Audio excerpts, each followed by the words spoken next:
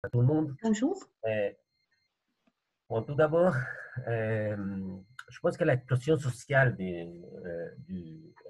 18 octobre peut être comprise comme la continuité des mouvements d'insatisfaction citoyenne qui se sont développés au Chili depuis les années 2000. Il s'agit notamment de ces mobilisations, ce qui s'est passé avec les mobilisations des étudiants en 2006 et puis en 2011. Et d'autres mobilisations qui se sont passées plus spécifiques. Euh, et notamment, je pense que les conflits mapuche, c'est un peu sur une autre logique. Alors, je pense que les mouvements de 2006 et 2011 avec les étudiants et la situation en octobre de l'année passée, c'est plus ou moins partie du même courant de mobilisation. Donc, et quelle est l'explication si je pense que c'est un peu tôt pour avoir des explications, mais des hypothèses au moins, plus ou moins valables. Euh, euh, je pense que ces manifestations ou mobilisations ou estallido social, comme on l'appelait, euh, et les mobilisations d'avant, de 2006 et 2011, ont un substrat explicatif autour d'une crise de répartition ou distribution à la fois des richesses, mais aussi des opportunités et de légitimité des résultats de la concurrence. C'est ça la thèse ou l'hypothèse que je voudrais soutenir. Un autre élément qui, qu'il faut considérer, c'est que ces manifestations euh, ont été, comme tout le monde connaît, en dehors de la structure des partis politiques.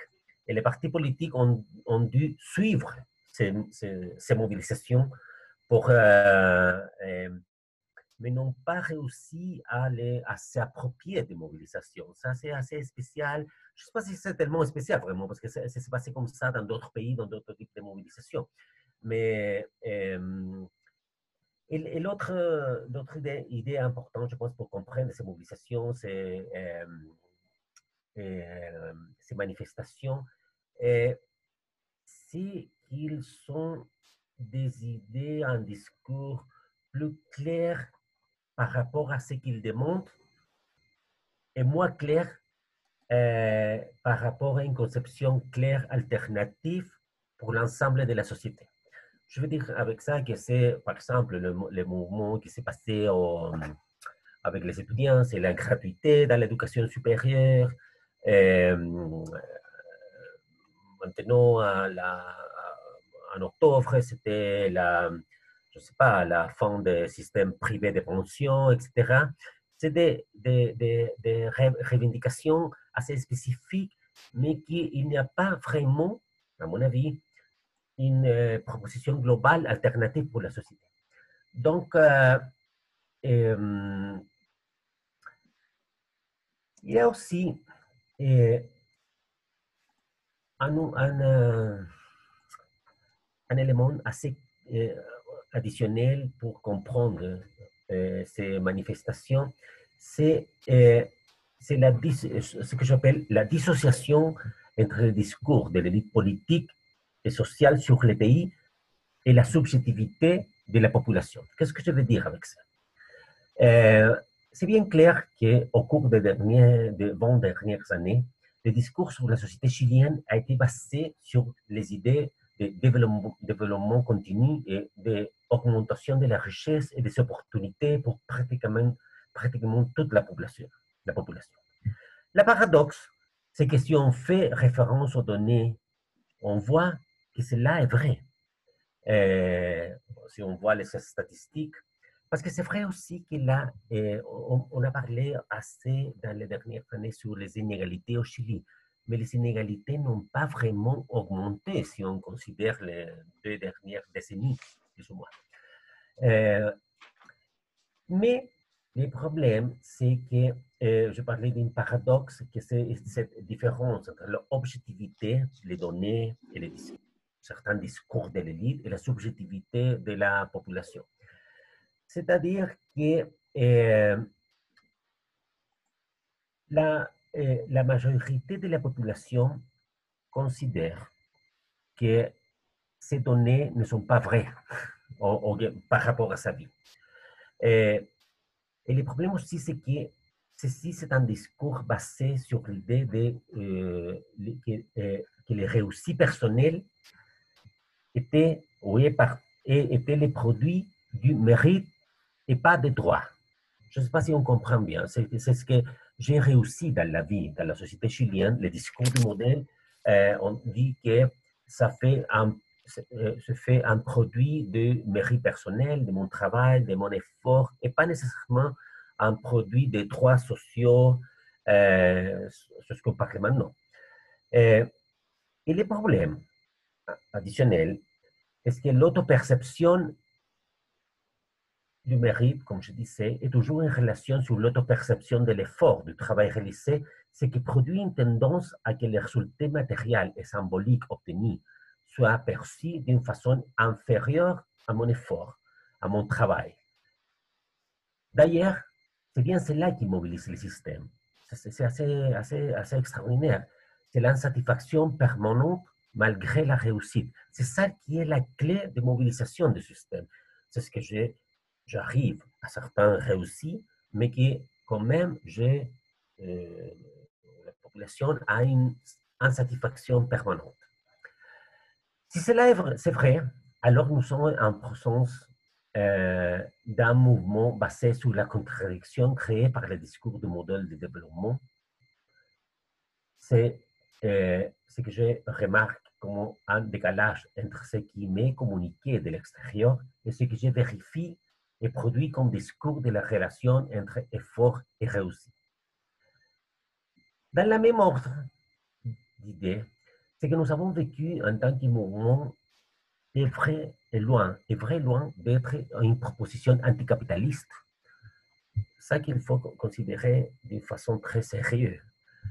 Et c'est plutôt la demande d'un passage d'un modèle néolibéral à un modèle libéral républicain. Il n'est pas de demande de socialisme ici. C'est ça ce qu'il faut tenir en compte. Au moins, comme on a compris dans l'Amérique latine, au moins comme on a compris le socialisme dans l'histoire de l'Amérique latine. Il existe aussi une demande pour un capitalisme plus régulier dans certains domaines et un ensemble de droits sociaux garantis dans d'autres domaines, l'éducation, la santé, pension, etc. Au moins ces trois domaines. La revendication est alors pour la revendication qu'on a vue dans les mouvements sociaux, c'est pour une social-démocratie peut-être plus à droite que celle qu'on a connue historiquement en Europe, et pour la protection sociale dans des domaines traditionnels de l'État-providence. Cela, on le voit pas seulement dans les discours explicites des moments auxquels nous avons fait référence, mais aussi dans ce qui dans ce qui n'est pas demandé pour ce mouvement. Par exemple, le mouvement n'a pas demandé la nationalisation des entreprises. Ça, c'est assez spécial. S'il s'agissait d'un mouvement anticapitaliste, pro-socialiste, on aurait vu dans les mouvements d'octobre, par exemple, certaines demandes politiques pour la nationalisation des entreprises, la étatisation, comme vous voulez. Mais ça n'a pas existé, pas du tout. Par rapport au référendum du 25 octobre, je pense que c'est assez clair que l'option pour une nouvelle constitution va vaincre, va l'emporter. Ça est hors question. Mais il n'est pas tout à fait clair que l'option de l'Assemblée constituante absolument élue l'emportera. Comme vous savez, il y a deux questions dans, dans les référendums. Je pense que la première, c'est que c'est tout à fait clair, mais la deuxième n'est pas tout à fait claire. Pourquoi? Et là, il faut considérer le coronavirus, la pandémie. Parce que c'est assez clair que la pandémie provoquera une certaine critique de la légitimité du processus puisqu'une bonne partie de la population ne va pas participer dans les référendums. Ceci, c'est un référendum dont la participation assez massive de la population, c'est assez importante pour la légitimation. Elle n'est pas Précisément, obligatoire, le référendum. Le vote n'est pas obligatoire. non, pas du tout. Pas du tout. Donc, et toujours, dans les discours a été qu'il faut, bon, dans les faits, les dernières élections au Chili ont eu une participation assez faible, de 13-14 millions possibles de personnes qui peuvent voter. Je pense, 7 millions, 6 millions ont participé dans l'élection présidentielle, 5 millions dans d'autres. Et maintenant, qu'est-ce qui va se passer, par exemple, s'ils participent, comme c'est assez possible, 5 millions, 6 millions, on dira, bon, c'est l'option oui qui est l'emporté, mais il y a un problème de légitimité qui viendra assez important. Et d'ailleurs, c'est bien possible que les secteurs populaires participent encore moins. Donc, de là qu'il y a la possibilité que l'option mixte d'assemblée constituante, mixte des congrès et les personnes d'élit, va l'emporter. Ça, c'est ce que Et la droite veut, apparemment. ouais, c'est ça. Et il faut considérer, à mon avis aussi, la gauche chilienne a un avis assez optimiste du référendum, des résultats des référendums, tout en considérant que au moins 40% des Chiliens sont de droite, sont à droite. Ça c'est Combien? au moins 40% de la 40. population chilienne vote à droite, ou plus ou moins à droite. Ça, c'est un fait absolument consolidé dans les dernières années. 30 à 40% partagent un certain progressisme de centre et plus ou moins à gauche. 30 à Et 40. 30 à 40, je dirais, c'est plus ou moins. Et, et pas plus d'un 20% sont clairement à gauche dans les enquêtes, dans la votation, etc. Dans ces scénarios, si on le prend sérieusement, et c'est évidemment mon interprétation, mais c'est plus convenable pour le secteur progressiste et même pour la gauche de que l'Assemblée soit mixte parce qu'il y a plus de représentation dans la gauche dans le Parlement que dans les votes qu'il peut Hmm. obtenir dans une référendum Rien. ouverte. C'est que, et, et même dans cette condition, je pense qu'on peut finir finalement pour une constitution assez conservatrice, si vous voulez. Hein. Je pense que finalement, bueno, il sera une constitution assez démocratique, mais conservatrice quand même. Euh, donc, il faut considérer alors ce optimisme de la gauche par rapport au processus qui vient. Je pense qu'il faut les nuancer un peu. Ne modéré. Ouais. Un dernier mot sur la situation de la pandémie au Chili et les conséquences politiques qu'elle a eues. Il est déjà clair que le gouvernement a bien commencé, je pense, à gérer la pandémie, à mon avis, mais il va mal terminer. Ça, c'est absolument parce qu'elle est au niveau épidémiologique et au niveau du social. Je ne sais pas si vous êtes au courant, mais j'imagine que oui, mais le nombre de morts par 100 000 habitants, c'est le plus élevé de l'Amérique latine au Chili. Il y a plusieurs explications pour cela. Euh, et là, au niveau social, ça a commencé plus ou moins bien, avec quelques subsides, mais a très mal terminé, même avec les résultats hier hier, il y a un résultat au Parlement bon, un aspect assez spécifique, mais c'est par rapport à la sécurité sociale. Mais la situation va très mal terminer au Chili au niveau social. Et, et là, je pense que les processus de la pandémie a été interprété par la population comme une continuation des revendications du 18 octobre. C'est-à-dire l'absence d'un État fort en situation de crise.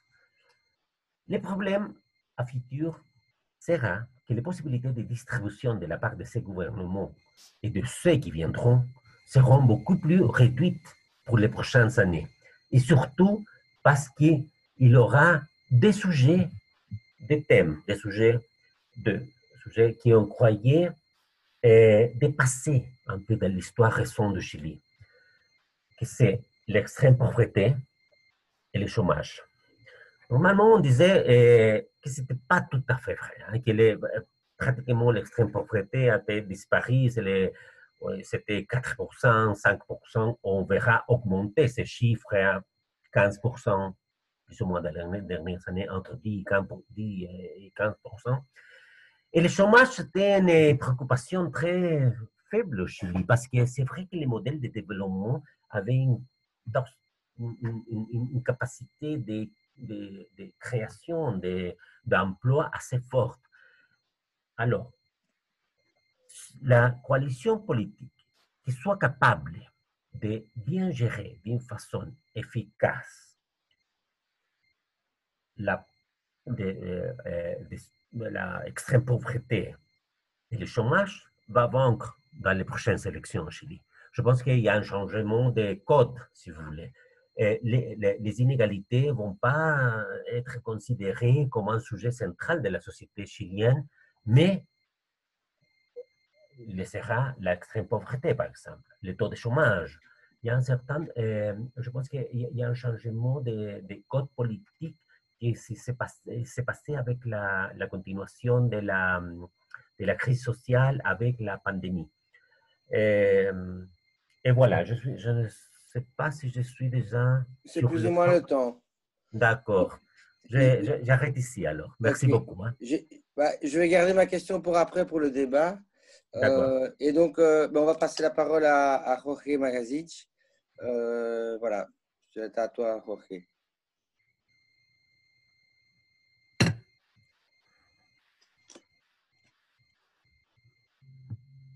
Activé.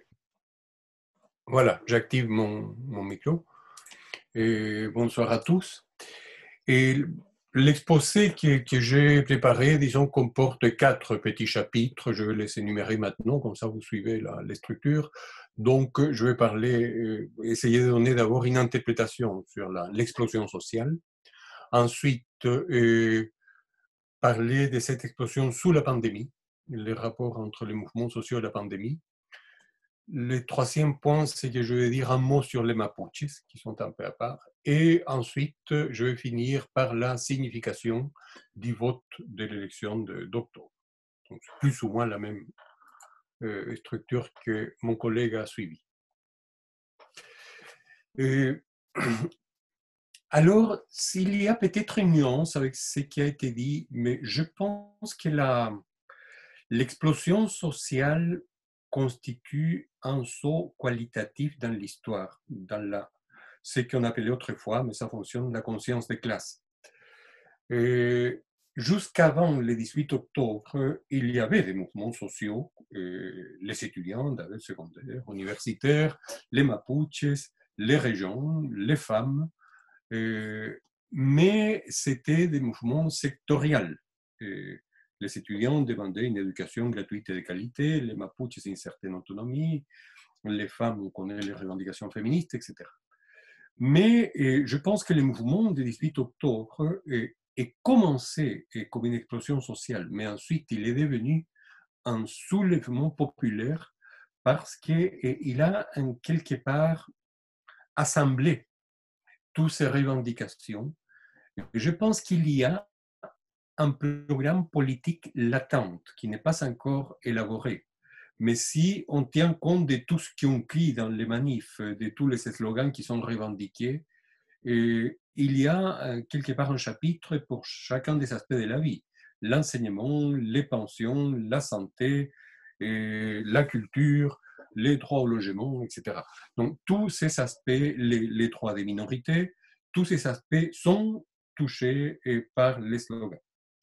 Et la demande globale, c'est, et là je suis tout à fait d'accord avec ce qui a été dit, donc on ne veut plus cette idée que c'est lui qui peut, celui qui veut, il peut, ou c'est lui qui réussit, enfin voilà, et les autres ne réussissent pas. On veut que tout cela soit un droit assuré par l'État. Ça fait partie des droits de l'homme, disons les droits sociaux, et ces droits doivent être assurés par l'État.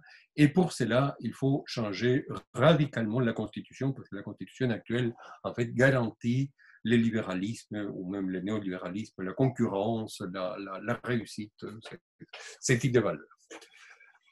Donc, un premier bilan, c'est justement que l'explosion est devenue un soulèvement parce que ce soulèvement a un contenu, mais ce contenu n'est pas encore tout à fait formulé. Et ça, c'est le principal problème du mouvement. Donc, c'est ce que j'appelle un programme des pays tacites, qui sont ce qu'on entend crier dans les manifs. On sait, la dernière grande manifestation colossale, comme la première, a été celle du 8 mars, et après, c'est la pandémie. Donc, je passe au deuxième point. Et avec la pandémie, la première option est bien sûr la survie. Ne pas être malade de ces pandémies comme on les connaissait depuis un siècle à peu près. Et les mouvements continuent, mais d'autres dans les réseaux sociaux. Il y a de temps en temps des casseroles, et il y a parfois des manifestations dans les coins de rue, mais bien plus petites qu'avant. Donc, il n'a pas cessé, mais il n'y a presque plus pour l'instant des assemblées de type cabilde, donc ces assemblées des communes qui poussaient comme des champignons autrefois et qui prenaient des décisions, discutaient de la Constitution. Ça, pour le moment, on en a plus. On a eu par contre les casseroles collectives, donc la olla commune, sont réapparues. Mais enfin, elles n'ont pas l'ampleur qui a eu ces mouvements les années 80, où il y en avait dans les quartiers pauvres, il y en avait pratiquement une dans chaque pavé des maisons. Il y en a quelques-unes qui ont une certaine importance, mais enfin, avec une importance relative. Donc, quelque part, le mouvement, il est clair, il existe encore, mais il est dans un état de latence, c'est-à-dire les actions sont petites, sont temporellement suspendues. Alors, je suis d'accord aussi sur le fait que la pandémie a rendu visible la pauvreté d'une grande partie de la population. Donc, on sait que beaucoup de Chiliens vivent avec des revenus qui sont autour de 400, 500 000 pesos, qui sont des revenus très bas, donc de l'ordre de 400, 500 euros par mois. Et il faut s'arranger avec ça. Et donc, beaucoup de gens vivent dans des conditions de survie, même si ceci était moins visible. Aujourd'hui, disons, il y a une conscience qui est une partie de la population. Ce n'est pas des classes moyennes, comme on disait avant, il s'agit de gens qui sont pauvres. Et les gens commencent à s'assumer comme tels. Et par exemple, la nouvelle loi tributaire, donc il y a encore une modification sans coût, a rendu visible la hyperconcentration du capital de 2 à 3% des entreprises contrôlent les marchés de services et des biens. Donc, il est extrêmement concentré. Les transactions, il y a aussi quelques éléments qui annoncent une crise économique. Les transactions immobilières sont en baisse. Par exemple, les bureaux actuellement sont très difficiles à louer parce que les gens travaillent de plus en plus en ligne.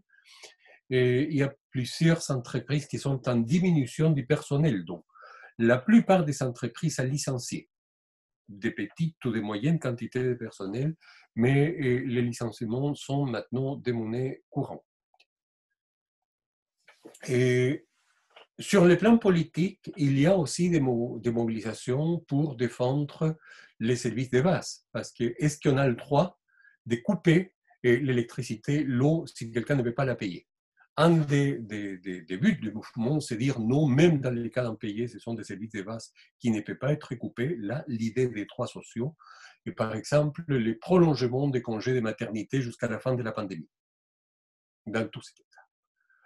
Bon, il est clair, je ne vais pas m'étendre sur le fait que la gestion des ministres, de l'ancien ministre de Santé, Jaime Mañalich, a échoué. Bon, il a essayé ces confinements dynamiques où finalement ça passait de commune en commune, mais finalement c'était pire parce que par exemple les vendeurs de rue allaient de commune en commune et portait avec eux la maladie. Donc, ces rotations ont été considérées comme calamiteuses par le personnel sanitaire et la corporation des médecins. Et le Chili est actuellement le 8e pays du monde en nombre de cas et le 14e pays au monde au nombre de morts. Donc, ils ont été incapables d'arrêter la pandémie.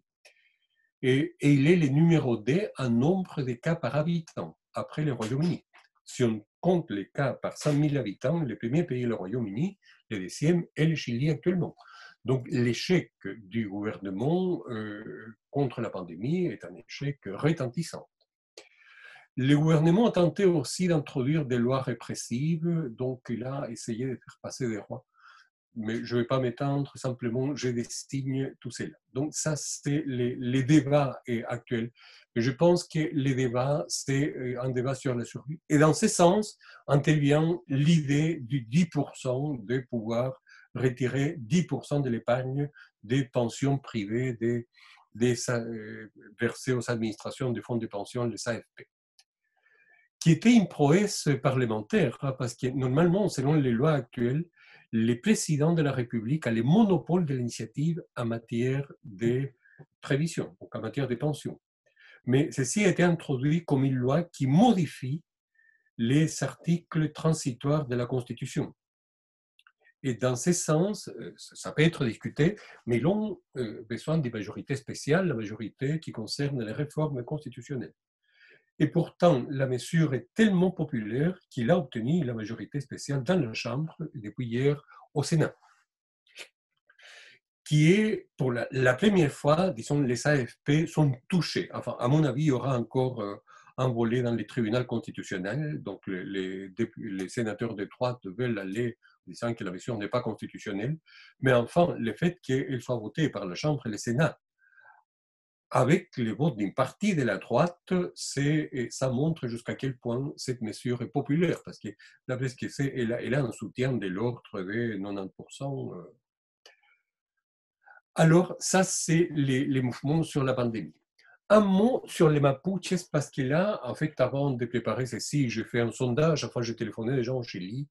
Et une chose que j'ai constatée, c'est qu'ici en Belgique, si on suit la situation chilienne, on reçoit souvent des informations sur les Mapuches. Mais au Chili, il y a très peu d'informations. J'ai téléphoné hier à quelqu'un en disant qu'est-ce que tu connais. Il m'a dit, c'est un prof de 3, il m'a dit, je lis tous les jours El Mercurio, La Tercera et El Mostrador. Dans les deux premières, il n'y a pratiquement rien, et dans El Mostrador, un tout petit peu, mais il n'y a pas vraiment de campagne. Et pourtant, depuis 70 jours maintenant, il y a 9 détenus mapuches, 5 accusés, 5 qui sont seulement accusés et 4 qui sont condamnés, qu'ils se considèrent prisonniers politiques et sont en grève de la faim depuis donc dans la prison de Temuco et Angola. Ils ont tous perdu plus de 20 kg depuis le début de la grève et le chef spirituel, el Machi Celestino Córdoba, est en risque vital actuellement après 70 jours de grève de la faim. Depuis le 9 juin, autres 11 détenus de la prison de Lebu sont également en grève de la faim. Et la demande n'est pas exorbitante, en fait. Ce qu'ils veulent, c'est une négociation directe avec le ministre de la Justice afin de modifier les règlements de prison pour que ceux qui sont condamnés ou ceux qui sont détenus puissent accomplir leur peine de détention dans leur communauté et en respectant des conditions culturelles comme le prévoit l'article 169 de l'OIT. C'est tout ce qu'ils demandent, donc une négociation avec le ministre de la Justice pour avoir une adaptation à sa culture. Et pourtant, il n'y a pas de réponse et l'issue fatale n'est pas exclue. Les Machi Celestino Córdoba étaient très loin de la grève de la faim, mais pourtant, ça montre, je dirais, c'est un des seuls mouvements, même si les drapeaux du mouvement a été les drapeaux mapuches, les activités des mapuches elles-mêmes, qui est une demande finalement qui touche l'humanisme. Il ne demande pas la libération, il demande d'accomplir les peines dans des conditions de respect à leur culture et négocier cela avec le ministre de la Justice. Eh bien non, ils ne sont pas écoutés.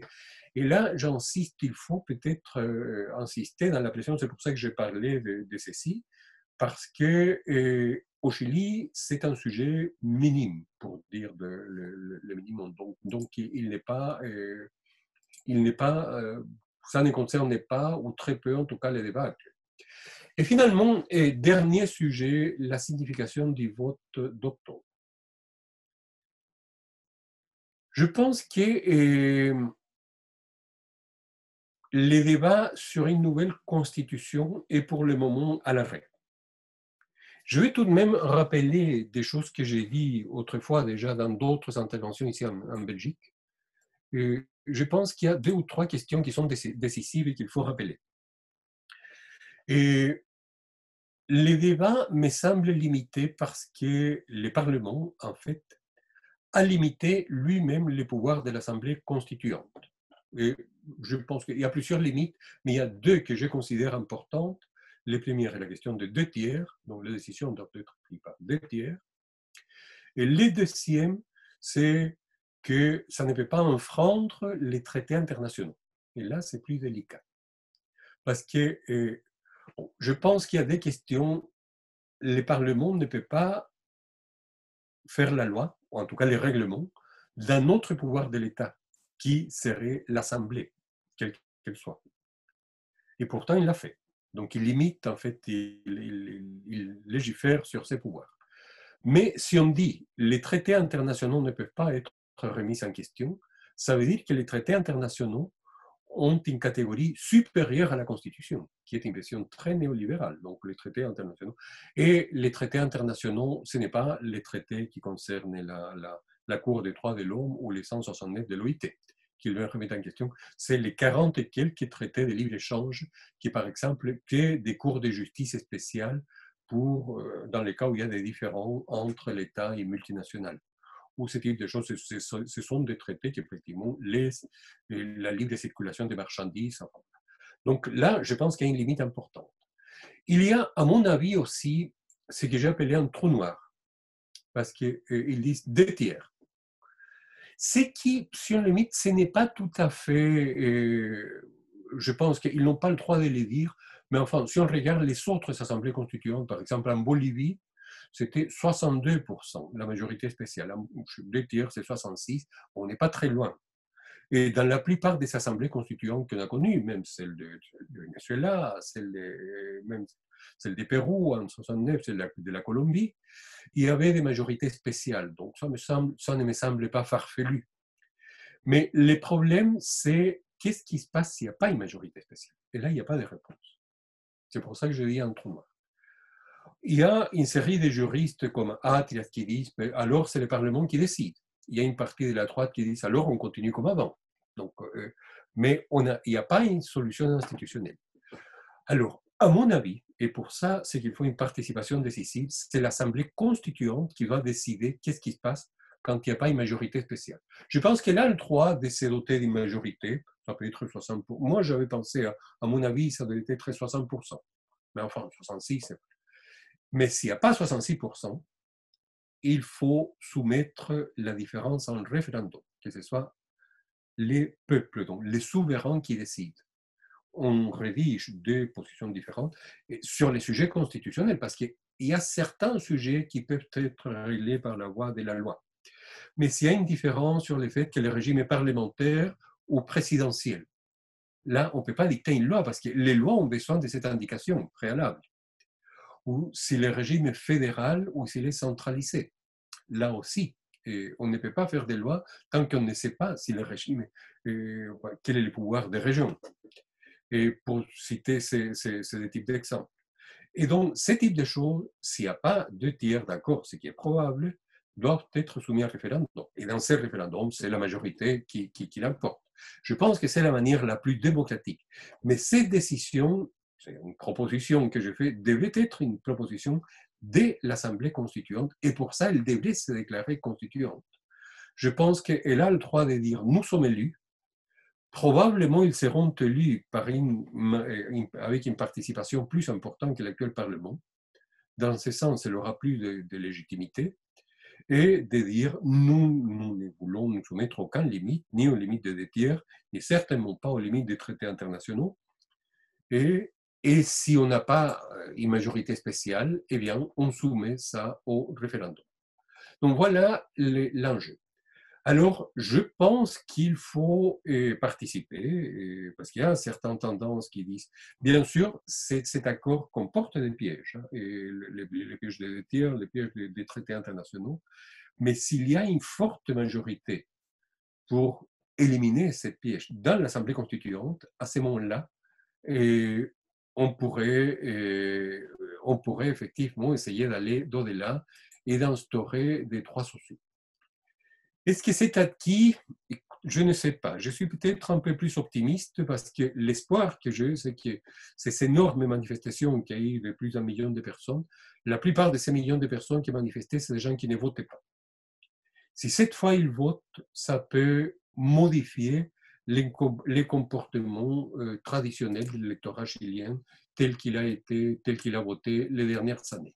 Mais pour cela, il faut qu'il ait peut-être la majorité, ou en tout cas, c'est grande quantité de gens qui ne votent pas participent à l'élection. Deuxième élément, mais que je constate, c'est que, et je finis avec ça, c'est que les mouvements sociaux n'ont pas été pour le moment capables de dégager des cercles de réflexion qui pourraient être les partis politiques ou autres, qui vont transformer ces programmes, que je pense qu'il est latent, dans un programme bien élaboré, bien établi, que ce soit les programmes du progressisme chilien. Les termes gauche, pour le moment, il est compliqué, je préfère l'éviter. Je rappelle qu'en France, chaque fois que certains ont parlé de la gauche, mais disaient, mais François Hollande, il est aussi à gauche. Il fallait expliquer que c'était des gauches différentes. Au Chili, si on utilise les termes gauche, on dit oui, mais Gallo, etc., sont aussi à gauche. Donc, pour mettre, ou Insulza, ou tout ce genre de choses, à mon avis, ils ne sont pas de gauche. La gauche est un mouvement qui veut le dépassement du capitalisme. Et ces gens-là sont des libéraux progressistes, peut-être sociaux, mais ils ne sont pas des gauches. Mais pour ne pas entrer dans ces sujets, je préfère parler du progressisme sans unis pour dire on n'est pas dans le même bloc que Viraga et Kinshasa. Donc, je pense que le progressisme doit appeler à voter parce que sinon, il peut se passer, et effectivement, s'il n'y a pas une participation massive, et la droite peut avoir un rôle important dans l'Assemblée constituante, où on peut se trouver dans une situation où les prochains présidents de la République, parce que je rappelle, il y a des élections tout de même l'année prochaine, ça peut être un président de droite. Pour le moment, la droite a des leaders forts qui sont Alaman et Lavigne. Lavigne, il est montré par toutes les télévisions, les grandes télévisions, les chaînes publiques et privées. Donc apparemment, ça sera les candidats de la droite, ils sont en train de faire sa publicité. Et je ne vois pas des candidats alternatifs capables de faire les poids. Et les mouvements sociaux n'ont pas généré non plus ces mouvements alternatifs. Donc, ma conclusion, c'est qu'il a besoin d'urgence d'un programme alternatif explicite. Ce qui devait être le rôle des partis politiques, entre autres, des cercles intellectuels ou des cercles de réflexion, mais il faut passer au stade des propositions. Comment ces pays alternatifs où l'État va assurer des droits sociaux à la population. Donc voilà l'évaluation, et j'en reste là. Merci, Jorge. Écoutez, voilà. Donc maintenant, on va passer aux questions du public. Moi, j'avais quand même une petite question avant tout à poser à M. Corvalan. Vous disiez tout à l'heure qu'il valait mieux, donc il y avait 40% de Chiliens qui votaient à droite, 30 à 40% qui étaient centre-gauche et 20% qui étaient vraiment à gauche, et qu'il valait mieux, selon vous, que ce soit l'Assemblée mixte, constituante mixte, donc avec la moitié de parlementaires, la moitié de la population, parce qu'il y a plus de représentation de gauche chez les politiques. C'est juste une question, parce que, en fait, de ce que j'avais appris, c'est que la gauche voulait plutôt une assemblée constituante totalement élue par la population. Donc là, ça vient un peu en contradiction. Voilà, c'est une question. Oui, tout à fait. C'est ce que je voulais remarquer, qu'il y a une contradiction, un problème de calcul politique, je pense. Hein. Je pense que c'est dans l'imaginaire de ce qu'on appelle la gauche et des secteurs plus progressistes du Chili, il y a cette idée que dans l'Assemblée absolument élue, on va arriver à, je ne sais pas, 70%, 60% des personnes du secteur de gauche. C'est au moins 50%. C'est tout à fait une fantasie, ça, hein, absolument. C'est impossible dans le Chili actuel. Euh, et aussi, mais je pense qu'il y a des personnes qui savent ça, évidemment. Mais il y a le symbolique, c'est très important en politique, comme tout le monde le sait. Alors, être contre-institutionnel, contre le système établi, les parlements, par exemple, c'est un peu dans l'esprit de la gauche actuelle. Je pense que ça, c'est un peu les pièges dans lesquels on est soumis. Mais mais je pense avec la possible faible participation qu'il aura le référendum, c'est assez probable, au moins il y a une forte possibilité, que l'Assemblée mixte l'emporte. Euh, et ça, c'est la fin de la question. Peut-être c'est mieux, hein, c'est la fin de l'affaire, de la question. Et de là en avant, il faut, je pense que la gauche, le centre-gauche va très vite se réorganiser pour cette situation. Euh, bon, c'est ça. Ok, merci. Alors maintenant, donc, comme j'ai expliqué, j'ai envoyé un petit message à tous les participants. Si vous voulez prendre la parole, le mieux c'est de brancher votre caméra. Voilà, effectivement, vous me faites un petit signe et je vous donne la. Voilà, donc il y a Eliane qui veut déjà prendre la parole. Je lui donne. Hop, voilà, hop. Réactivation, demande, relancer la réaction du micro. Voilà, je vous relance. Voilà, vous avez l'autorisation de parler. Je vous écoute. On vous écoute. Voilà, ma question c'est, vous deux, vous êtes d'accord que la gauche, elle représente la minorité de la population. Mais comment ça se fait que quand même, ils ont réussi à créer ce référendum? Voilà. Et aussi, est-ce que je peux poser encore une deuxième question? C'est dans le même sujet. Et quelles sont les solutions proposées dans le référendum, s'il vous plaît? Je ne sais pas, Jorge, si tu commences. Je ne crois pas avoir dit que la gauche représente la minorité. Ce référendum est une élection. C'est vrai que si on tient compte des élections depuis 1990, donc le retour en tout cas aux élections, ou à une démocratie de basse intensité, le retour, il y a, disons, les partis des coalitions socio-chrétiennes, socialistes, tout ça, ont obtenu en général des votations de l'ordre de 50%. On peut aussi s'en référer au référendum de 88 entre les oui et les non, parce que il y a certains points de comparaison, où le vote a été 44 à 56, donc 56 pour que Pinochet s'en aille, donc qui était le monde progressiste, et 44 pour qu'il reste, en fait. Ce qui est important, 44. Mais c'est une élection spéciale parce que peut-être, je le souhaite, mais il y a quand même des signes positifs, ceux qui ne votent pas vont voter. Enfin, un des problèmes de Chili d'après-dictature, c'est que à partir, disons, de l'année 96, l'abstention a commencé à augmenter. Et finalement, alors que le Chili était autrefois un pays où la participation était assez importante. Je travaille une histoire des années 70, et là, la participation était de 87%. À l'élection de 1970, l'élection était de 87%, donc énorme. Tandis qu'aux élections, les dernières, la participation parmi les gens qui peuvent voter était 46%, moins de la moitié.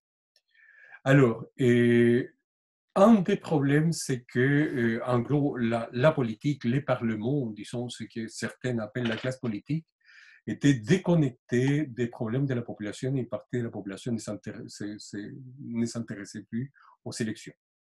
Et je pense que cette partie de la population est impliquée dans les mouvements.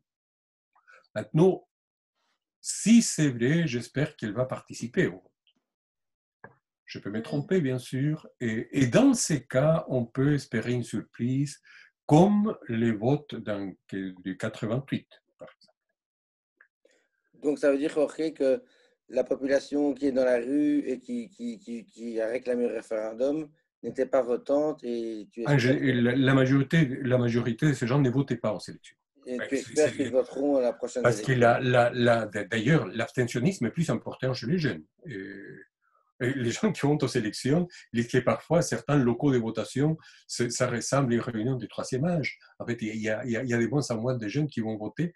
Et alors, est-ce que, comme ils se sont impliqués à ça, ils vont voter? C'est vrai que le référendum n'est pas tout à fait ce qu'ils vont demander. Et hélas, il y a des tendances politiques qui disent que ce n'est pas tout à fait important, qu'il faut voter les premiers une nouvelle constitution, mais qu'à la deuxième, il faut écrire l'Assemblée constituante sur les suffrages, c'est qu'il annule en réalité. Donc je pense qu'il ne faut pas annuler, il faut voter pour l'option la plus démocratique, qui est l'option Assemblée large. Donc que l'Assemblée soit entièrement élue. Par la population. Par la population. Ouais. Et puis, ça donnera ce que ça donnera. Donc, il faut respecter c'est mon option, c'est ma décision. Je voterai dans ce sens. Mais j'appelle à participer. Et c'est rare Enfin, il a fallu vraiment très longtemps pour pouvoir voter, vous voulez ou pas, une nouvelle constitution. Et je pense que la demande d'une nouvelle constitution c'est partie des demandes du groupe politique depuis la fin de la dictature, même avant dans certains cas, et pourtant il n'était pas écouté. Maintenant, on est dans un moment historique où on peut voter dans ce sens, on peut s'exprimer, et ça peut avoir une incidence sur l'avenir. Ce n'est pas une victoire complète, mais c'est tout de même d'aller voter, vous voulez-vous une nouvelle constitution ou pas, et quel type d'assemblée, est une victoire. Mais je pense que là, tout se joue sur la participation. Si ceux qui ne votaient pas pendant les années 90 et les années 2000 vont voter ou pas. Effectivement, s'ils votent, on peut avoir de l'espoir d'avoir une majorité progressiste. S'ils votent peu ou pas, eh bien, ce sera le résultat habituel. Ok, merci Jorge. Alors, qui d'autre veut poser une question? Je crois que Gisèle voulait prendre poser une question. Alors, je vous réactive le micro. Vous pouvez réactiver le micro. Là. Je peux ajouter quelques mots sur la question, la dernière question. C'est que, bon, je réaffirme aussi que la gauche, c'est pas plus de 20%. Si on considère la gauche au Chili, plus ou moins, bon, les partis communistes, quelques secteurs, la plupart, ou quelques secteurs du Frente Amplio, et quelques secteurs isolés un peu du Parti socialiste et quelques indépendants comme ça. Je pense que sur cette logique, ça n'arrive pas à plus de 20%. C'est tout à fait vrai qu'il y a une coalition. Ça est arrivé même à 50% avec le centre, la démocratie chrétienne et quelques autres, et indépendants. Mais je pense que les idées plus à gauche classiques qu'on voit maintenant de nationalisation, etc., des pensions, par exemple, absolument, qui sont remportées pour ce groupe politique dont je viens de me référer, ne sont pas plus de 20%, 25%, peut-être, mais trompe, je ne sais pas. Mais de l'autre côté, la question c'était aussi, alors comment ça explique pourquoi il y a eu tellement de gens dans les manifestations? C'est évident, hein, un peu, c'est ce que Jorge a dit. Dans la rue, il y a eu beaucoup plus que les gens de gauche, évidemment, sinon c'est impensable ça. C'est un mouvement de masse. Mais c'était un mouvement d'inconformité, d'insatisfaction, plutôt, je pense, large sur la. Parce que de l'autre côté, c'est pas logique. Tu vois, 18 mois avant le 18 octobre, Piñera a obtenu 55% des votes. C'est quand même impressionnant. 55%. Et c'était une minorité de votes quand même. Mais quand même, c'est une majorité énorme. Alors, dans 18 mois, la plupart de la population est passée à la gauche. Non, non, c'est pas logique, ça. Alors, dans la rue, il y avait probablement des gens de gauche, absolument. Des personnes plus ou moins libérales, qui voulaient les droits des femmes, ou droits de, je ne sais pas, des droits sociaux, etc. Des personnes qui ne votent pas ni qui ne vont pas voter, probablement, des groupes anarchistes, etc. Et toute une sorte d'insatisfaction de la société chilienne. Ce que je pense qu'il ne faut pas identifier, absolument pas, tout le monde qui était dans la rue avec la gauche chilienne. Ça, c'est, à mon avis, une erreur absolue. Voilà. Merci, Javier. Donc, je pense que Gisèle voulait poser une question. Oui, mais en fait, je voulais d'abord vous remercier pour l'organisation de cette conférence et remercier les intervenants. Je voulais m'excuser aussi parce que j'ai envoyé un document, vous voyez, et c'est une fausse manœuvre. Enfin, je voulais le mettre en mémoire pour vous l'envoyer si jamais vous étiez intéressé, parce que c'est un document au sujet des Mapuches, et c'est effectivement dont on entend, enfin dont le Chili se préoccupe très peu. Il y a eu une lettre ouverte en fait d'Amnesty, dont Amnesty à Chile et la représentation d'Amnesty en Amérique latine, qui l'a adressée le 21 au président Piñera et au ministre de la Justice. Donc c'est vraiment, ils manifestent par là leurs préoccupations. Donc j'espère que ça peut avoir un peu de poids quand même. Mais c'est vrai que sinon, le sort des Mapuches, c'est vraiment n'occupe pas, disons, le devant de l'actualité. Voilà. L'autre chose aussi, mais ça c'est plus par rapport au devenir en fait de ce mouvement, ce que j'étais en train de me demander, c'est avec le Covid actuellement, le fait que tout le monde doit se tenir en principe tranquille à la maison,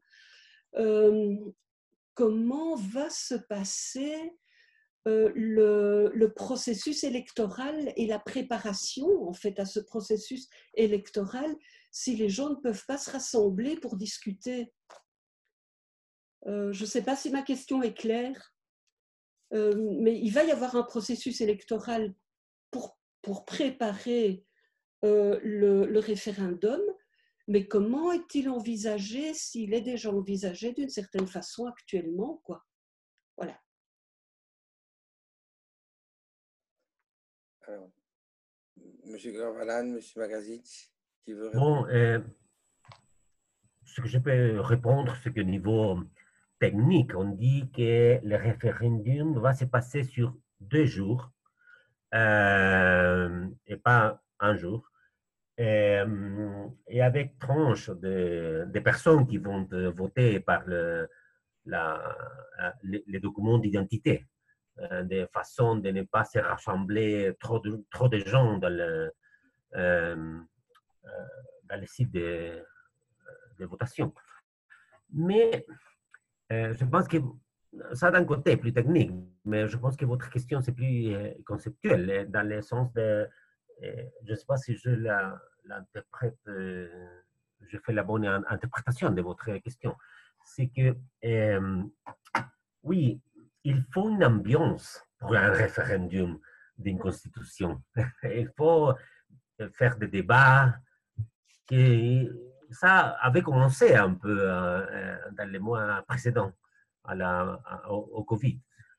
Mais oui, ça va.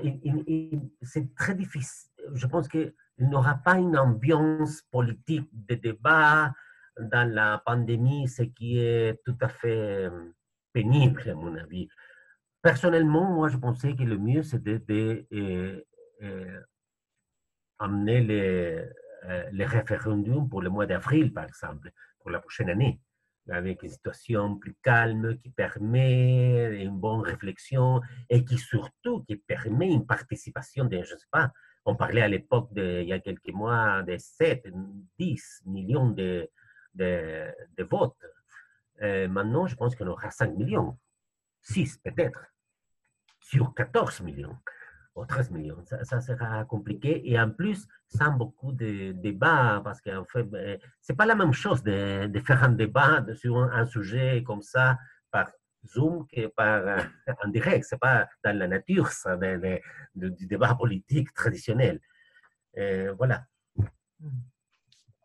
Voilà, merci.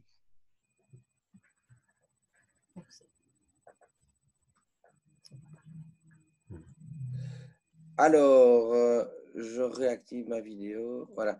Alors, qui est-ce qui... Alors, maintenant, s'il y a d'autres gens qui veulent poser des questions, il faudrait qu'ils réactivent leur vidéo, la vidéo. Comme ça, je peux voir qui veut intervenir et poser une question aux intervenants. Donc, je vois Christy, Béatrice et Carlos, Sol, Maria Jara et Monsieur Kusato. Alors voilà, je veux bien donner la parole, mais il faut que vous branchez vos vidéos. Comme ça, je peux voir qui veut intervenir. Bon, il n'y a pas grand... Monsieur Kusato, vous ne voulez pas intervenir éventuellement? Ah voilà, Monsieur Kusato intervient. Je voudrais poser une question. Y a-t-il véritablement un consensus de ce qu'on appelle ce mouvement horizontal concernant une question de fond au niveau de la réforme de la Constitution?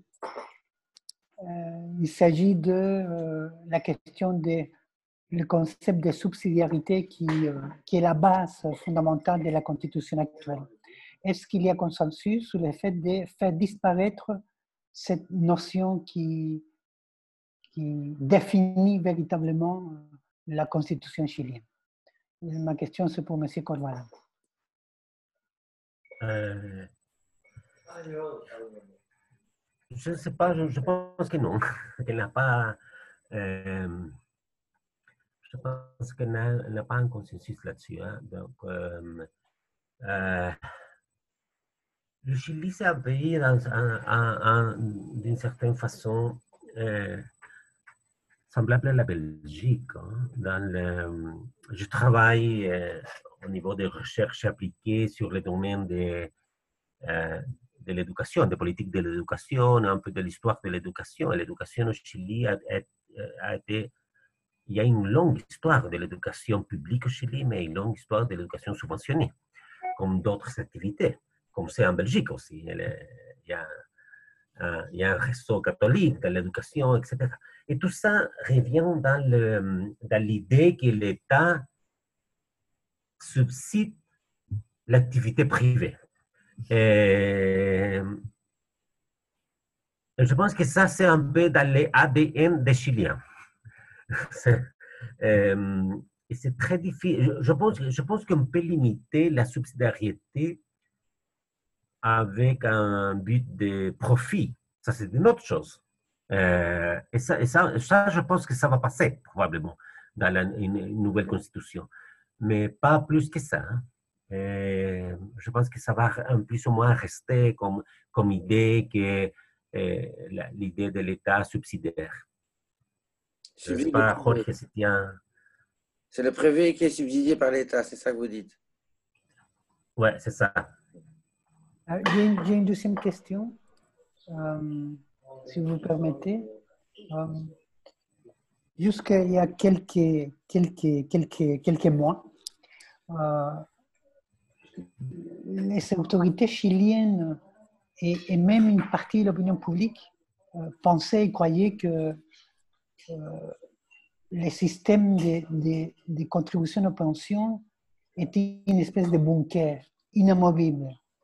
Anecdote, Isabel Allende, sénatrice et fils de Salvador Allende, était passée il y a quelques mois à Bruxelles et lors d'une réunion à l'Université libre de Bruxelles, en privé, il a déclaré qu'il n'y avait pas moyen de faire bouger le système des retraites au Chili. Or, justement, cette semaine, on assiste à une véritable stockade par rapport au système.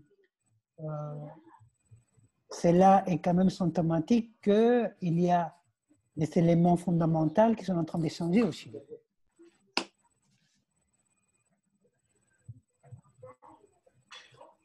Je ne sais pas, Jorge, si tu veux des commentaires. Je pense qu'il a, enfin, je prends la chose d'une autre manière, mais qui me paraît important. C'est pour ça que je dis que les termes gauche me semblent confus dans disons, dans l'histoire récente des 20 dernières années. On ne sait pas très bien qui est la gauche. Et je pense que justement, la gauche parlementaire, les partis qui ont été cités, oui, représentent 20%. Mais ces mouvements sociaux a été essentiellement le mouvement de ceux qui ne participaient pas en politique, ou en tout cas de ceux qui ne votaient aux élections, ceux qui ne s'intéressaient pas. D'ailleurs, les partis politiques, faut-il le rappeler, sont en crise. Hein. Les partis socialistes sont en chute libre, les partis démocrates chrétiens également, les PPD aussi, et ils sont par la plupart de la population associés aux corruptions, carriérisme, intérêts particuliers. Et il y a beaucoup d'exemples dans ces cas. Ce n'est pas toujours faux, enfin, c'est souvent vrai même. Il y a beaucoup d'exemples qui vont dans ces cas. Donc, les mouvements que nous avons assistés, c'est un mouvement des gens qui ne participaient pas dans la politique traditionnelle, en tout cas pour la plupart. Alors, la grande question est donc, c'est vrai que ce n'est pas la gauche dans le sens du vote classique, mais je dirais en tout cas, c'est un mouvement qui souhaite inscrire, avoir des droits sociaux garantis. Je ne trouve pas encore un mot qui on puisse le définir, mais il faudrait bien le trouver quelque part. Un mot dire, ce mouvement, quoi, une société solidaire, disons. C'est un mouvement pour une société solidaire et c'est beaucoup plus vaste que la gauche. Est-ce que ça va se traduire dans l'élection? En tout cas, on l'a vu, parce qu'en plus de 1 million, enfin c'était 1,2 million personnes à Santiago, autant dans le reste du pays, sinon un peu plus, c'était vraiment du jamais vu. Et c'était en général les gens qui ne votaient pas. Et donc, ce n'est pas que les gens ne s'intéressent pas à la politique, ils ne s'intéressent pas aux élections, mais ils s'intéressent à la politique parce qu'ils vont manifester, ils revendiquent, etc. Alors, qu'est-ce que ça peut sortir? Ça dépend de l'importance qu'aura ces tendances dans les débats sur l'Assemblée constituante. Il n'y a rien de vrai si on tient compte de l'histoire des élections en Amérique latine, par exemple, oui, celles de Venezuela et Bolivie, qu'on la cite souvent, ont donné des constitutions progressistes, où l'État multinational a été garanti, mais celle du Pérou en 79 ou celle de la Colombie en 91 ont donné des constitutions qui garantissent les droits, mais sur le plan économique, ce sont plutôt des constitutions libérales. Donc c'est vrai que ce n'est pas garanti et ça dépend de la participation des gens dans ces mouvements pour une nouvelle constitution. Ça sera mieux que l'actuelle. Sans doute, je pense que le fait d'obtenir déjà une nouvelle constitution, ça ne peut pas être pire que l'actuelle, ça c'est certain. Donc il y aura quand même un progrès. Mais est-ce que c'est une constitution qui va inscrire des droits? Parce que si l'État garantit les droits à l'éducation, à la pension, à la santé, il faut un État avec des ressources. Et pour cela, il faudra par exemple renationaliser les cuivres. Une des pires choses qui a été faite depuis 1990 est que toutes les nouvelles mines de cuivre ont été privatisées alors que le Chili avait les savoir-faire permettant d'exploiter les cuivres. En 1990, 90% de la production du cuivre était publique. Aujourd'hui, ce n'est que 28% de la production. Et le Chili sait les faire. Donc, ça a été donné aux entreprises privées par fanatisme néolibéral ou par d'autres motifs. Mais c'est un dépit du bon sens, parce que l'État pourrait gérer ses moyens et pourrait les administrer. La mer a été quelque part privée, enfin donnée en concession à des groupes privés qui ne payent pratiquement pas. Ça n'a pas été proposé aux enchères, ils ne payent pas un loyer par l'exploitation de la mer. Le lithium les derniers gouvernements de Bachelet rapportaient la concession de lithium pendant 25 ans. Bon, tout ça, il faudra effectivement, si on veut un État avec des ressources, il faudra que l'État puisse avoir des ressources venant des ressources naturelles. Et ça fera partie. Si l'État veut payer éducation, santé, etc., il faudra un État avec des moyens. Et ça, c'est un projet qu'à mon avis, il faut rédiger. Maintenant, le résultat, c'est partie de l'action sociale. Je ne sais pas très bien. Et donc, je finis là.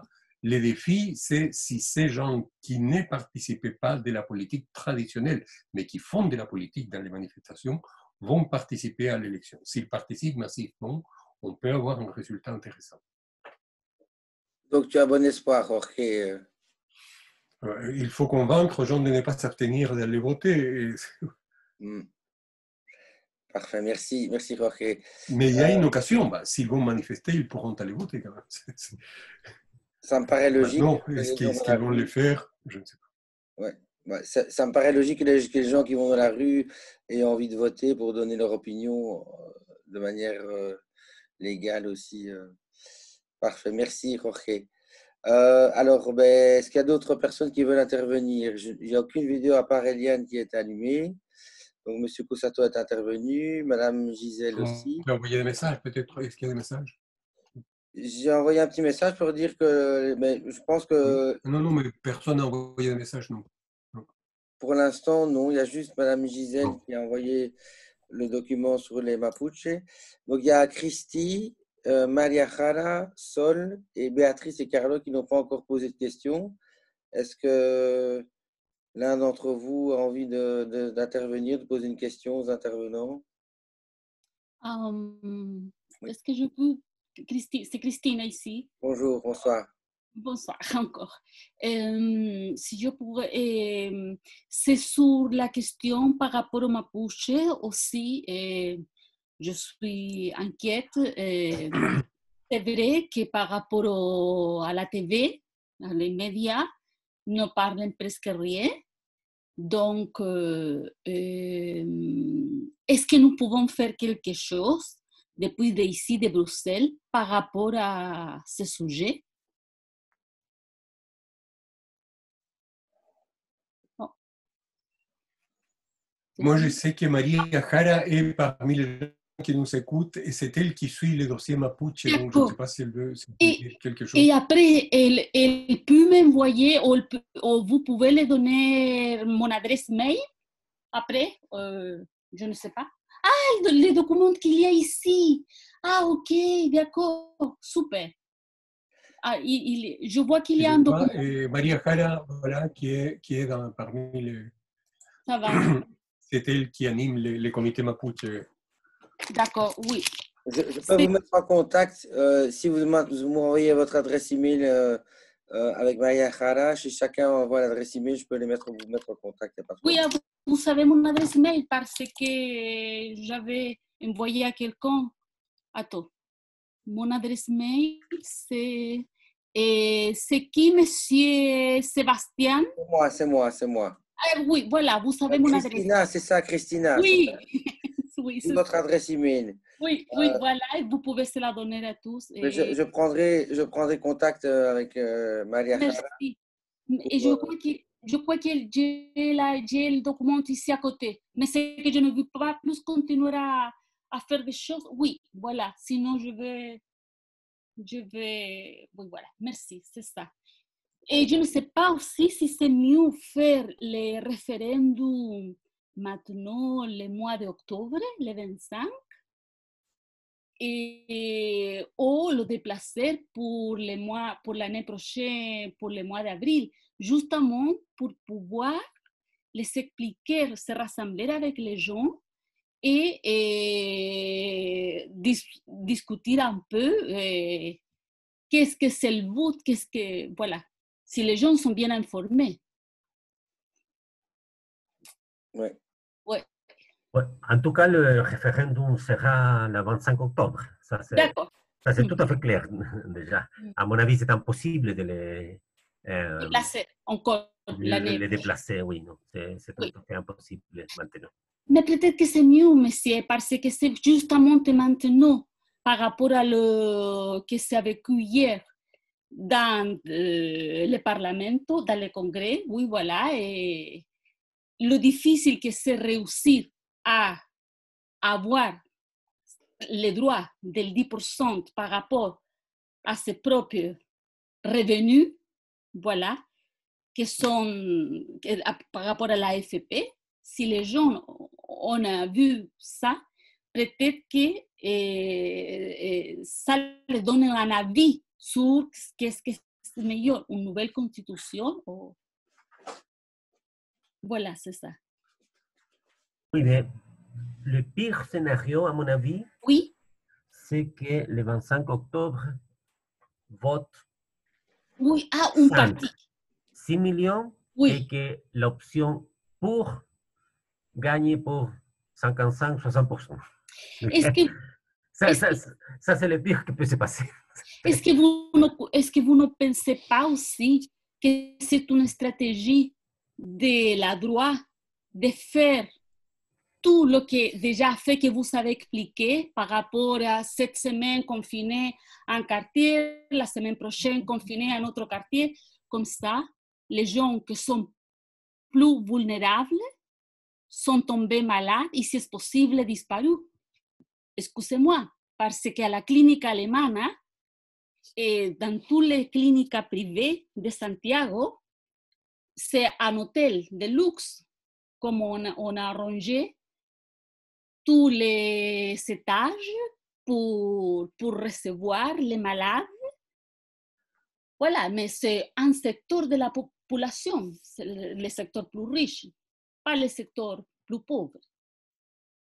Non, je pense que Piñera a fait tout le possible pour bien réussir au Covid dans le pays, parce que c'était cette dernière possibilité de monter dans la enquêtes, de bien finir son gouvernement. Oui, absolument. Il a raté sa possibilité. Donc, oui, je ne pense pas qu'il y ait des conspirations, des choses. Non, non, non, vraiment pas. Hein. Moi, une simple citoyenne, sans aucune étude spéciale, et de voir comment ça déroulait les choses ici, en Belgique, et de voir ce qui passe dans mon propre pays, et que je connais l'histoire.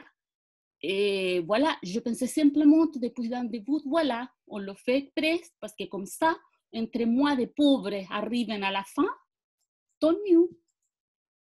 Désolée. Je pense mal tout le temps. Voilà, je suis mal pensée. Merci, c'est ça ma réflexion.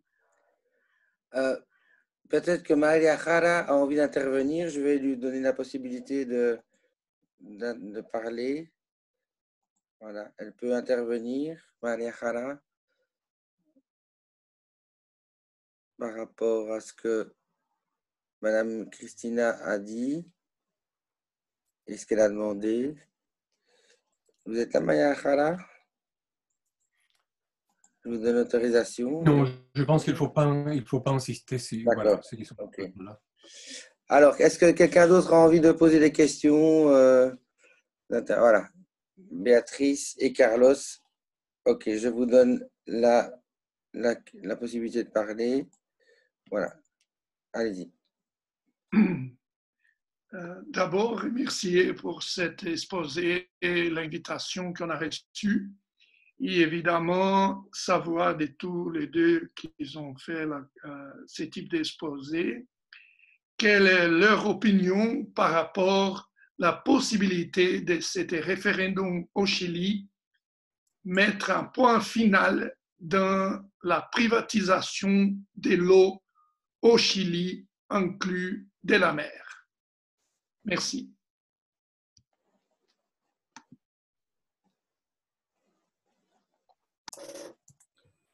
Jorge, no sé si quiere hacer una intervención. Si, je ne sais pas s'il y a d'autres questions, peut-être on fait... Mais je pense que c'est la question de la privatisation. Enfin, il y a l'eau et la mer, qui sont des privatisations différentes. Je pense que celle de l'eau, il y a de bonnes chances d'obtenir en tout cas une situation meilleure. Qu'est-ce qui s'est passé avec l'eau? L'eau, je parle de fleuves, des cours d'eau, et qui concerne surtout l'agriculture. Et jusqu'avant la dictature, on pourrait situer la loi, l'eau était associée à la terre. Celui qui avait la terre pouvait utiliser l'eau. Il y avait quand même certains règlements dans ce type. Avec la dictature, l'eau est devenue une entité différente à la terre, qui peut être achetée, louée, sous-louée, traitée en bourse. Et on est propriétaire de l'eau.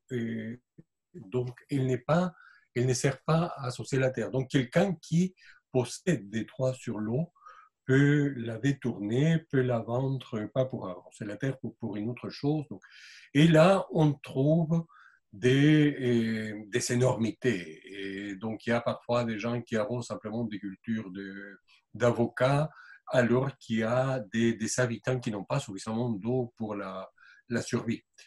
Donc, je pense que c'est une des atrocités les plus importantes du néolibéralisme.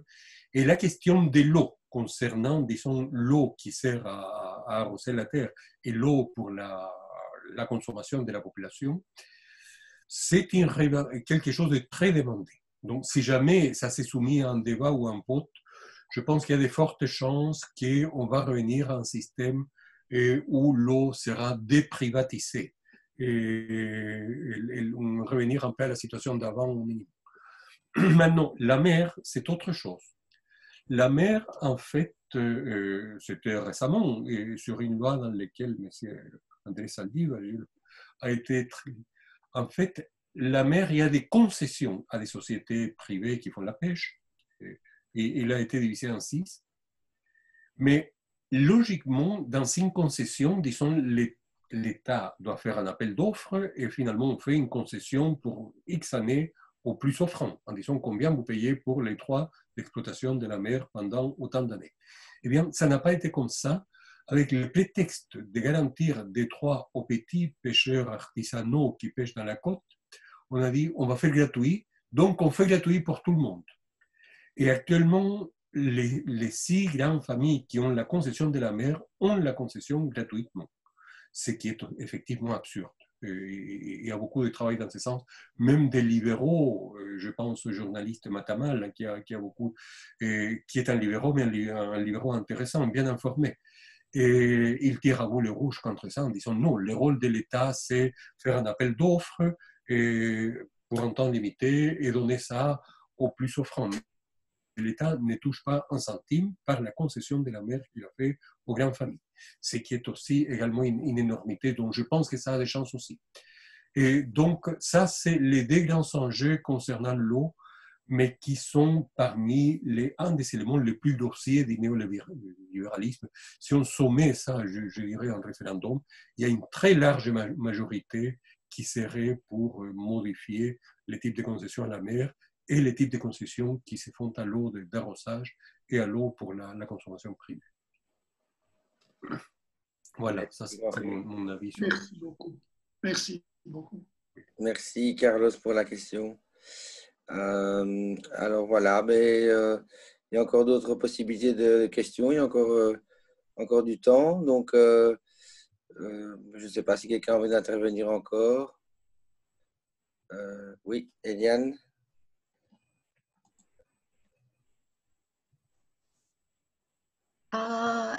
Les Chiliens qui sont expatriés, ils vont pouvoir voter? Oui. Oui. On peut voter depuis, je fais partie de cette catégorie, et en fait, je n'ai voté je suis belge aussi, je vote dans les élections en Belgique, mais dans les élections chiliennes, je n'ai voté que 2 fois dans ma vie, cantonale 3. On peut voter dans les élections présidentielles et dans les référendums.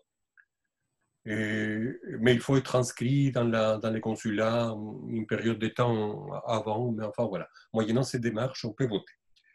Mais on ne peut pas voter dans les élections parlementaires. Donc on peut élire les pouvoirs exécutifs, mais pas les législatifs. Ça, c'est la situation actuelle.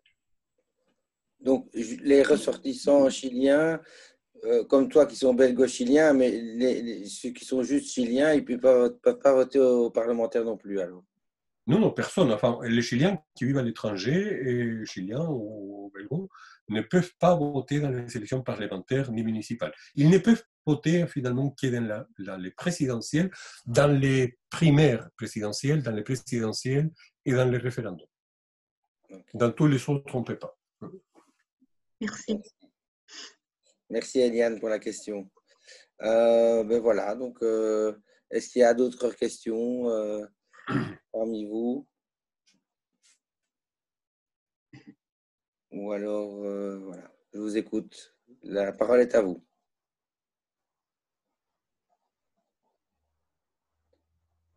Eh bien, je pense que là, on a bien débattu. Hein, il est temps de... Tout à fait, tout à fait. Il est déjà 21h30 ici, pour le Chili. C'est gentil. Je pense qu'on a débattu, on a réfléchi, voilà. Ah ben, Maria Jara a mis la vidéo, peut-être qu'elle veut bien intervenir. Ou... Hein? Maria, bonjour. Ah, je vais te mettre le micro. Attends, hop. Non, tu as la parole là, je crois que tu peux parler.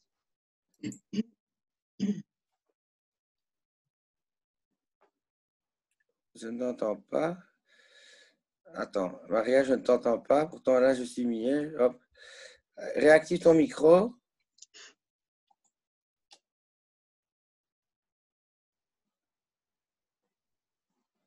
Ah.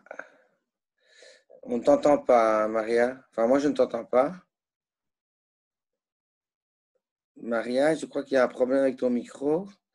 Parce que là, normalement, tu as la parole, mais ça ne fonctionne pas. Enfin, moi, quelqu'un entend Maria? Non. Non, non, non, c'est elle qui doit. Je pense qu'elle doit réactiver son micro. Oui. Il faut le dire qu'il y a un petit micro en dessin, d'un petit micro à côté en bas. Oui. C'est sur muet, là, le petit micro en bas. Maria, tu m'entends? Tu m'entends? Oui? Il faut activer le micro en bas à gauche. Et là, tu vas pouvoir parler.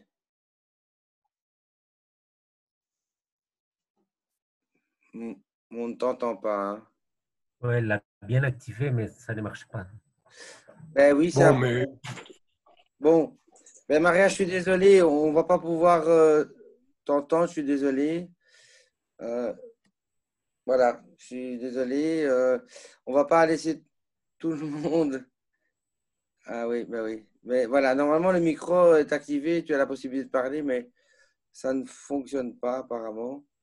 Donc, voilà. Ben écoutez, je vais quand même, on va clôturer la conférence.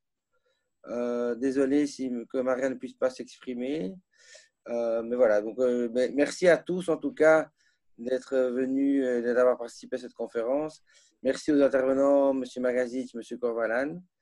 Et ben voilà, écoutez, je vous informe quand même que la semaine prochaine, donc jeudi prochain, à 19h30, nous aurons la conférence sur la Bolivie. Donc là, on parlera de ce qui s'est passé donc, avant la crise du Covid.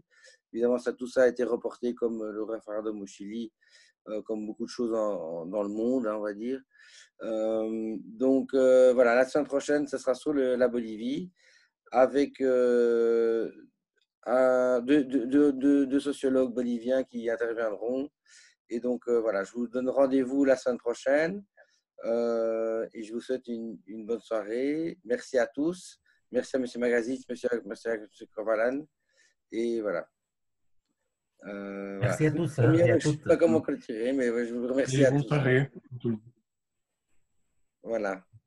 Salut. Merci à tous et une très bonne soirée. Merci. Je vais clôturer. OK. Au revoir. Au revoir.